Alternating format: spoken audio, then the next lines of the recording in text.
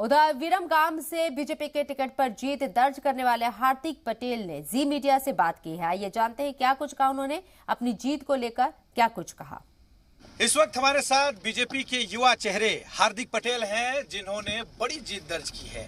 लगातार ये अटकलें लगाई जा रही थी कि हार्दिक के लिए बेहद मुश्किल वाली सीट है विरमगाम, लेकिन इसके बावजूद भी जिस तरह से लैंडस्लाइड विक्ट्री हुई है इस वक्त बीजेपी की, उसका एक असर हार्दिक की सीट पर भी पड़ा है।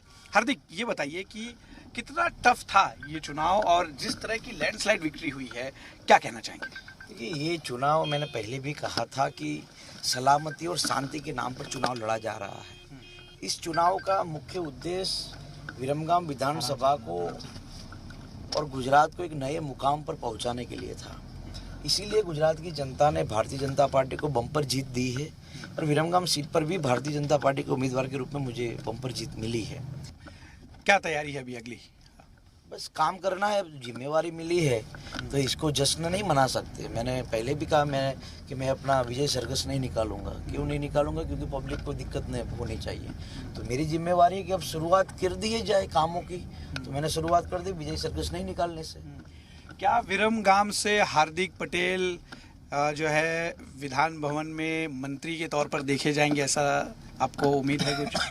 पार्टी मुझे जो भी जिम्मेवारी देगी उसको मैं सहर्ष स्वीकार करूंगा।